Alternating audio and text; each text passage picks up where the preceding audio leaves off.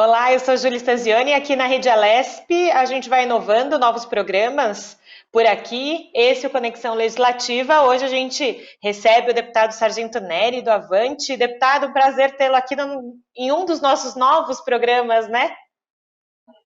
Júlio, obrigado a você, a toda a produção. Parabéns pelo trabalho que vocês vêm desenvolvendo ao longo do tempo, né? Que teve que se readaptar na forma digital.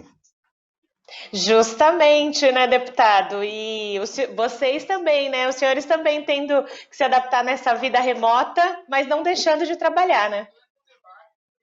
Não, inclusive eu estou aqui na Assembleia Legislativa, no meu gabinete, né? Feriado na cidade, mas estou no gabinete junto com a assessoria. Estamos em sessão online para votação. Então, o trabalho é intenso para que realmente possamos aí dar uma resposta positiva à sociedade paulista. É isso mesmo, e a gente sabe que além dessas sessões que os senhores participam de modo remoto, online, também tem agora um grupo de trabalho para fiscalizar toda a questão de orçamento, tudo que está indo para o combate à Covid. A gente quer desenvolver esse tema aqui. A gente já falou em um momento lá no Ideias e Debates, mas aqui a gente consegue aprofundar um pouquinho mais. Então, para quem não viu aquele programa, que está ouvindo só a gente agora nessa oportunidade, o senhor que foi o idealizador desse grupo, queria que contasse um pouquinho, então, desse grupo. Júlia, a preocupação nossa com o estado de calamidade instalado no estado de São Paulo é como que o executivo faria os gastos com o recurso do estado. A calamidade era importante ser votada porque nós não sabíamos qual que seria aí a catástrofe que poderia acontecer com a sociedade em termos de infectados. E nós sabemos que a burocracia poderia prejudicar e levar mais pessoas mortas sem recurso para o atendimento. Então, a calamidade é uma votação preventiva. Pois bem, feito o nosso trabalho na parte preventiva, abriu-se espaço para o governo fazer contratações e compras, né, sem licitação. E isso nos deixou muito preocupados, né? Como que seria fazer esse trabalho? Então nós procuramos aí, através do grupo PDO, fazer um trabalho de fiscalização. Eu peço desculpa que escapou o telefone aqui, quem estiver assistindo, e ter um Imagina. pouquinho de paciência, né? E então eu joguei a ideia no grupo de deputados que eu queria criar um grupo de fiscalização dos gastos do Estado. Como está sendo feito esses contratos, porque a falta da aplicação da Lei 866, que trata das licitações, não deixa isento o administrador de ter cautelas nas compras e contratos. Pois bem, aí montamos o grupo, o Coronel Niscal, a Adriana Borgo, o Coronel Telhado, Márcio Nakashima, Tenente Coimbra agora, de Thomas, Letícia Aguiar e também o Coronel Niscal, de Thomas, Tenente Coimbra e o Conte Márcio Lopes. Nakashima. Aí Márcio Nakashima. Aí eles aderiram, gostaram da proposta, montamos um projeto, um escopo de trabalho, aonde nós temos um grupo de assessores que cuida da análise de contratos e compras, e temos um grupo de assessores que é parte jurídica, são advogados, que cuidam da legalidade dessas compras, né? E a partir daí começamos a analisar os contratos por amostragem, porque são muitos contratos, né? E o contrato não é fácil de se analisar, não é tão simples localizar aí o erro formal material dentro de um contrato. E muitas vezes temos que ir a campo para identificar o problema. E começamos aí há pouco mais de 15 dias e já tivemos 2 interferências judiciais contra o ente, contra o executivo. E também descobrimos aí um contrato fraudulento, né? Ao meu ver, né? Está no TSE para julgar isso, né? Fraudulento no quesito de falta de capacidade da empresa de executar o trabalho, que custaria para o Estado 14 milhões de reais. Então, foi um primeiro trabalho positivo, né? Uhum. E o grupo vem trabalhando. Então, nós estamos fazendo visitas toda semana em hospitais. Ontem nós estivemos na FURP. Então, nós estamos realmente trabalhando aí com afinco de fazer com que o gestor gaste de forma responsável o dinheiro público. E aí, deputado, a gente vê, até pelos deputados que o senhor falou, que são de diversos partidos, né? A gente vê uma união nesse momento dos deputados por um bem comum que é fiscalizar o dinheiro público, basicamente. Sim, é um grupo apartidário, né? Não existe um partido encabeçando, acho que é por isso que está dando certo. É um grupo que ele não é ideológico, então nós não trabalhamos com ideologia e afastamos o quesito político. Quando eu falo quesito político, é daquela politicagem de discurso, né? O que nós procuramos é discursar menos e atuar mais, fazer o trabalho de campo e levar a informação para a população. Olha, esse contrato está errado, esse contrato está certo, esse trabalho está errado, esse trabalho está certo. Então, esse é o nosso intuito. E realmente responsabilizar os culpados. A Uhum. responsabilização do culpado já não cabe ao deputado da Assembleia Legislativa, cabe aos tribunais, né, que irão demandar com essas ações. Então, nós já temos processos instalados aí pelo Tribunal de Contas, que é no caso desses 14 milhões, que com Desses 14 certeza milhões. o tribunal vai buscar aí as pessoas responsáveis e tomará todas as providências, até porque nós requisitamos no Ministério Público do Tribunal de Contas também. E quando vocês, o grupo se reúne, vai em algum lugar, né? O senhor falou da FURP, que foi em hospitais e afins. Como é que funciona essa ida? Vocês pedem para que os representantes, quem recebe vocês, para ver alguma coisa específico? Como é que funciona aí esses bastidores? Quem os recebe abre realmente a porta de todos os lugares para vocês? Olha só, havia uma resistência, né? Então, que o grupo faz? Primeiro, nós fazemos uma reunião na parte da manhã, junto com o jurídico, junto com esse grupo que cuida dos contratos, e decidimos. Então, eu decido o local que vai e só falo o endereço e a instituição que nós vamos no momento da saída daqui da Assembleia Legislativa. Então, poucos minutos antes de chegar.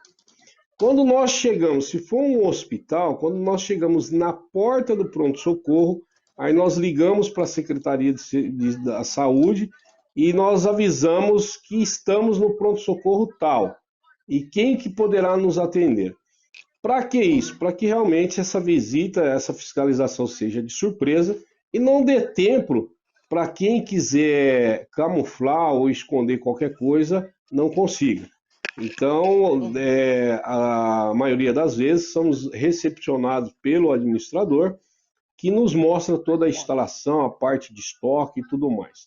Então, é Uhum. um trabalho sério, é um trabalho realmente para ver as irregularidades. Nós somos no Hospital Vila Nova Cachoeirinha, encontramos sim irregularidades, notificamos a Procuradoria, o Ministério Público da Saúde, né? Foi uma denúncia do senador Major Olímpio, que foi deputado nessa casa, através de um funcionário, nós fomos lá e constatamos algumas irregularidades e notificamos. Então, fomos também no hospital de campanha do Ibirapuera, onde nós identificamos que a capacidade dele não está operando nem 50%. Há um investimento muito alto no hospital de campanha, que contradiz o investimento aos hospitais públicos do nosso estado, como o Novo Cachoeirinha. O que foi investido no hospital de campanha deveria ter o mesmo investimento no Hospital Nova Cachoeirinha, que é o que atende uma população enorme São muito daquela grande região da ali na Zona Zona Norte, Norte. né? Sim. Isso. E como é que, por exemplo, né, vocês foram até o hospital de campanha, viram que, né, tem a capacidade do que está sendo usado bem menor. Como é que depois disso acontece? Vocês podem fazer uma recomendação para quem, para que mude essa situação ou traga pessoas de algum lugar que tenha muito mais gente precisando ser internada, no caso, para lá? Existe essa conversa de bastidor? Como é que funciona? Estou perguntando isso para o senhor porque às vezes quem está ouvindo, vendo a gente não entende como é que funciona. Depois do ir visitar algum lugar, como é que Uhum. seria o procedimento? Ô, Jolie, o trabalho do PDO tem início, meio e fim. Então, sempre ele termina com um documento, seja esse documento de solicitação à Secretaria de Saúde, de notificação ao governo do Estado, ou até de pedido de apoio ao Ministério Público, ao Judiciário, com uma ação feita pelos nossos advogados. Então, o nosso trabalho sempre vai ter um resultado final, tá? Então, tudo que nós averiguamos até hoje, tudo que nós olhamos, foi notificado à Secretaria, o próprio governo, ou as outras instituições que têm competência para nos auxiliar aí nessas demandas. No caso do Hospital de Campanha, né, a única coisa que nós achamos muito estranho é esse pavor que o governo vem colocando na população, que não demonstra nas nossas visitas. Então, o Hospital de Campanha não tem nem 50% dos seus leitos ocupados. Como no Hospital Nova Cachoeirinha, também não há excesso. Eu, como trabalhei na Polícia Militar muitos anos e trabalhei na rua, eu sei o que é um pronto-socorro desses hospitais. E conheci também o pronto-socorro do Hospital Penteado. Então, nós sabemos a quantidade de pessoas que ficam no corredor, no atendimento. E não é a realidade de hoje. Então, eu vejo que é um pânico colocado pelo governo que não se sustenta naquilo que nós estamos vendo nas visitas. Então, eu imagino que também para o senhor, com esse seu conhecimento de tanto tempo na polícia e vendo esse outro lado, né, o senhor pense um pouco diferente com relação ao isolamento, a como seria essa reabertura aos poucos do isolamento?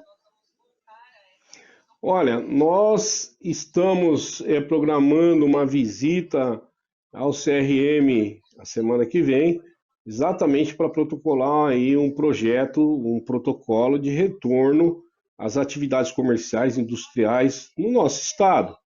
E eu vejo que há uma necessidade muito grande de retomada da economia no estado de São Paulo, que é a locomotiva do nosso país. Só no mês de abril nós tivemos uma perca de 2 bilhões de ICMS. Nos 3 primeiros meses do ano, nós tivemos um aumento de arrecadação de ICMS de 1 bilhão e 300 milhões. Só no mês de abril nós perdemos 2 bilhões. Então, nesse acumulado, nós tivemos uma perca de 700 milhões. Poderia ser mais trágico se os 3 meses não fosse tão positivo. Então, nós temos que aproveitar esses números e reagir rápido para que a nossa população não sofra com fome. Porque existe pesquisas, eu não vou lembrar o nome do instituto, que diz que para cada um emprego perdido, se aumenta 5% o resultado morte na população pela miséria. Então, isso é preocupante. Então, nós precisamos ter a balança, né, e trabalhar de forma responsável para que nós possamos fazer com que o comércio, que a indústria volte a gerar emprego, volte a trabalhar, claro que tudo dentro de medidas, com protocolos de saúde, mas precisamos. E nesse tocante, eu posso falar com propriedade, porque nós entramos com ação contra o prefeito de São Paulo sobre o rodízio nosso, que eu falo o PDO, né? O PDO entrou com uma ação contra o prefeito de São Paulo devido ao rodízio de par e ímpar. Olha só, ele conseguiu acumular com essa imposição dele mais de 600 mil pessoas no transporte público.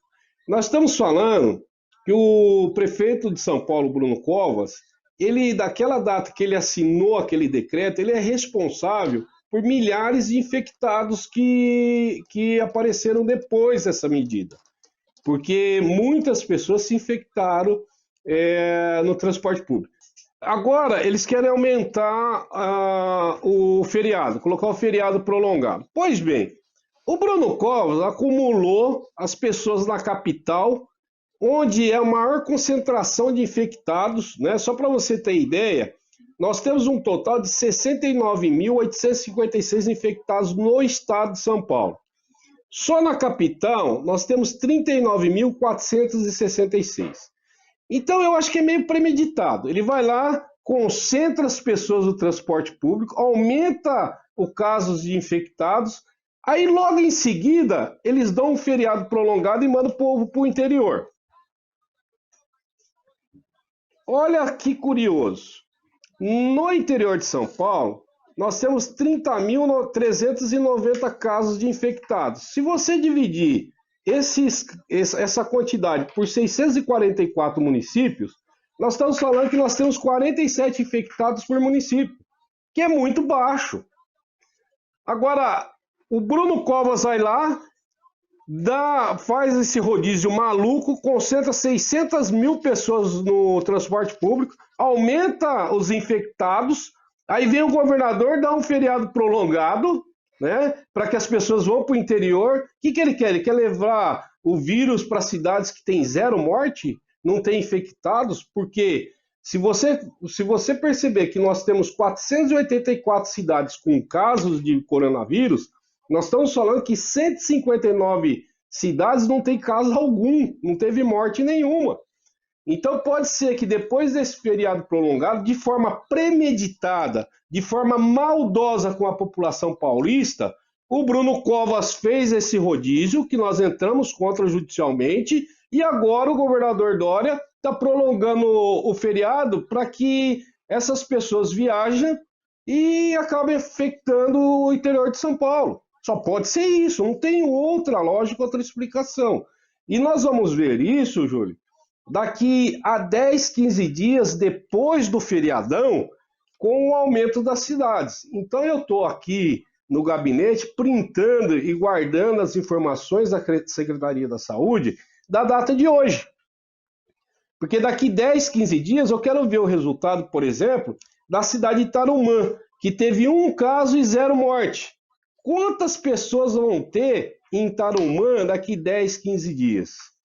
Então, eu acho que é uma irresponsabilidade muito grande de tanto do prefeito Bruno Covas quanto do nosso governador João Dória. Ou eles estão trabalhando para que aumente os infectados. Não tem outra explicação.